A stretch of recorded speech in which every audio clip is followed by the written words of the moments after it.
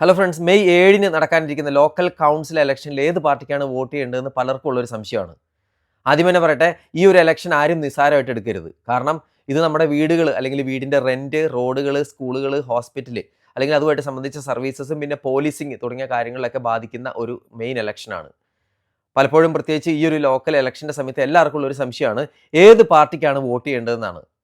എന്നോട് പലപ്പോഴും പലരും സെപ്പറേറ്റ് ആയിട്ട് മെസ്സേജ് അയച്ചിട്ടുള്ള ഒരു കാര്യമാണത്. അതിന് സിമ്പിളായിട്ട് ഒരു ആൻസർ പറയുവാണെങ്കിൽ നിങ്ങൾ നിങ്ങളുടെ കാഴ്ചപ്പാടനുസരിച്ച് വോട്ട് ചെയ്യുക.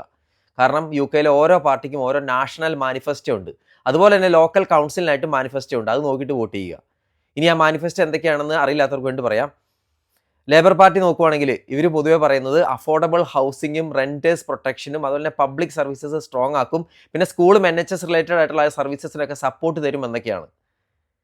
ഇനി കൺസർവേറ്റീവ് പാർട്ടി നോക്കുവാണെങ്കിൽ ഇവർ മെയിനായിട്ടും ഫോക്കസ് ചെയ്യുന്നത് കൗൺസിൽ ടാക്സ് കൺട്രോളിങ്ങും അതുപോലെ തന്നെ പോലീസിങ് കൂടുതൽ സ്ട്രോങ് ആക്കും, അതുപോലെ തന്നെ ലോക്കൽ കൗൺസിലിൽ കൂടുതൽ ഡെവലപ്മെൻറ്റ്സ് കൊണ്ടുവരുമെന്നും പിന്നെ ലോക്കൽ എക്കോണമിയെ സപ്പോർട്ട് ചെയ്യും എന്നൊക്കെയാണ്.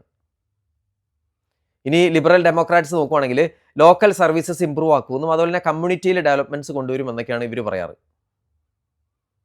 ഇനി അതുപോലെ തന്നെ ഗ്രീൻ പാർട്ടി നോക്കുവാണെങ്കിൽ ഹൗസിങ്ങിൽ മാറ്റങ്ങൾ വരുത്തുമെന്നും അതുപോലെ തന്നെ എൻവയോൺമെൻറ്റിനെ പ്രൊട്ടക്റ്റ് ചെയ്യുന്നതും അതുപോലെ തന്നെ ക്ലൈമറ്റ് ചേഞ്ചസ് സംബന്ധമായിട്ടുള്ള കാര്യങ്ങൾക്കും പിന്നെ സോഷ്യൽ ജസ്റ്റിസ് പോളിസികളും ഒക്കെയാണ് ഇവർ മുന്നോട്ട് വെക്കുന്നത്.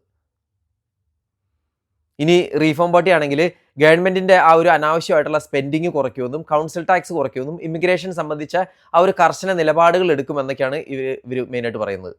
അതുകൊണ്ട് ആലോചിച്ച് ഒരു തീരുമാനം എടുക്കുക.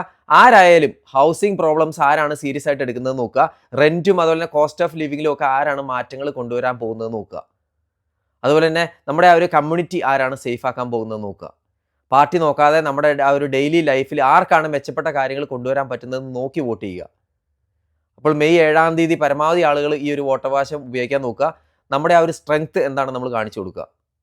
Thank you.